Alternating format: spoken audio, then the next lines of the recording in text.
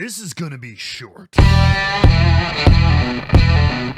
Hey everybody, it's Matt. Welcome back to the channel. And once again, we are here with a rapid review. And this week we are continuing our series with Broken Barrel releases. If you haven't heard of them, they're a company that takes whiskeys and instead of doing a regular finish on them, they do kind of like a Maker's 46 scenario and put staves, broken down staves of secondary barrels into the original barrel. So in that way, there's a little bit more absorption of the flavor in a more efficient manner. Last time we observed a wheat whiskey finished with cognac and French oak staves. Today, we are going to be doing an American whiskey. Read that how you want. Usually that means some type of predominantly corn whiskey. And because it's labeled as American whiskey, they can age it in whatever kind of barrel, used barrel, secondary barrel. It doesn't have to follow the bourbon rule of new charred oak barrel. It doesn't have to be a fresh barrel. It could have been, we don't know, but American whiskey does not have to follow that rule. That said, this is straight American whiskey finished in Barbadian rum. We're not running from anything, staves. And again, I do appreciate the upfrontness they are with what is in this bottle. So right on the label, again, it says aged 7 years. So we have a 7-year. It's a little bit older than some of the whiskeys they work with, but again, it is an American whiskey, probably aged in a used barrel, so it's a little bit lighter, even though it's 7 years old. With a mash bill of 85% corn, told you, likely a strong corn whiskey, 15% rye, and then its oak bill, the staves they use to help finish it, is 80% Barbadian rum casks, and then 20% French oak. Again, in these, you're going to see a lot of that French oak come into these oak bills for Broken Barrel. So, again, this is called Plank Walker. Let's give it a shot. And immediately on the nose, very light. Again, last week we saw a 3-year wheat whiskey that was very dark, rich, bold. Only 5 proof higher, but it was really dark and rich and bold. Cognac stave finish. This is very light. You know, both the rum and the fact that it's a corn whiskey, despite being 7 years old, means that there's a little bit less of that hard-hitting kind of whiskey in there. I'm getting some really weird, like corn, like vanilla, but almost some savory, like this is going to be weird, like popcorny kind of notes.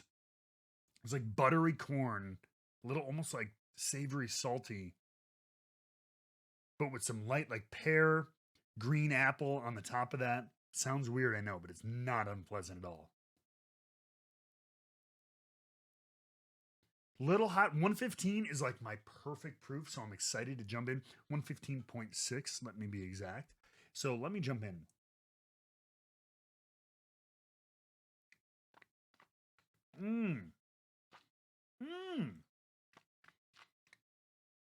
That is interesting. Again, for full disclosure, I have tried these more than once before doing a review for you. I do strongly recommend you do the same before making a judgment. 2, 3, 4 times, even small sips before you make a final judgment. Numerous things can affect your palate, your senses each time. So get a more well-rounded sample. This is my 3rd time trying this, and I'm discovering more fruit notes on this one, I will say. The palate has none of that savoriness I was talking about, so don't worry if that threw you off. Light fruit. Again, those green apples coming through. These aren't like dark red berries. These are very light, tropical. Maybe I'm influenced by the rum, but light tropical fruit. Of course, there's vanilla and caramels in there from the whiskey, from the barrel.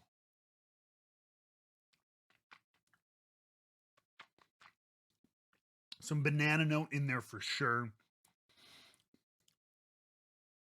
And a nice medium dryish finish. The finish is a little bitter. And not in the most fun way. Not like a nice like dry white wine or anything like that. But I'm also not mad at it. That flavor is really nice. And there is actually, you know what? I'm going for a longer finish. It lingers there for a minute. And I'm normally pretty harsh on corn whiskeys. Because that used barrel does not a lot of flavor gets imparted because it's already held something else, and now it's just got some corn whiskey, which I do generally also find a little less complex than something like a bourbon. However, this is a really nice, again, I'm always critical on the, finishing on some of these whiskeys. Is it covering up flaws of a less interesting corn whiskey? Let's throw some rum casks in it. But in this case, I think it's actually a pretty good idea. And I think it does help. And therefore, you can take something that you can get more cheaply, like a corn whiskey with a decent age on it, put this process to it, and it makes it into something totally different. So it's not going to explode the game for you, but this is very interesting and different than you've probably had. So check this out. This is the Plank Walker. And it's a great proof. Again, that's not cask strength, but 115.6 to me is like perfect, giving you full depth of flavor without knocking your teeth out. So check out Broken Barrel, the Plank Walker. And we'll see you on the next one.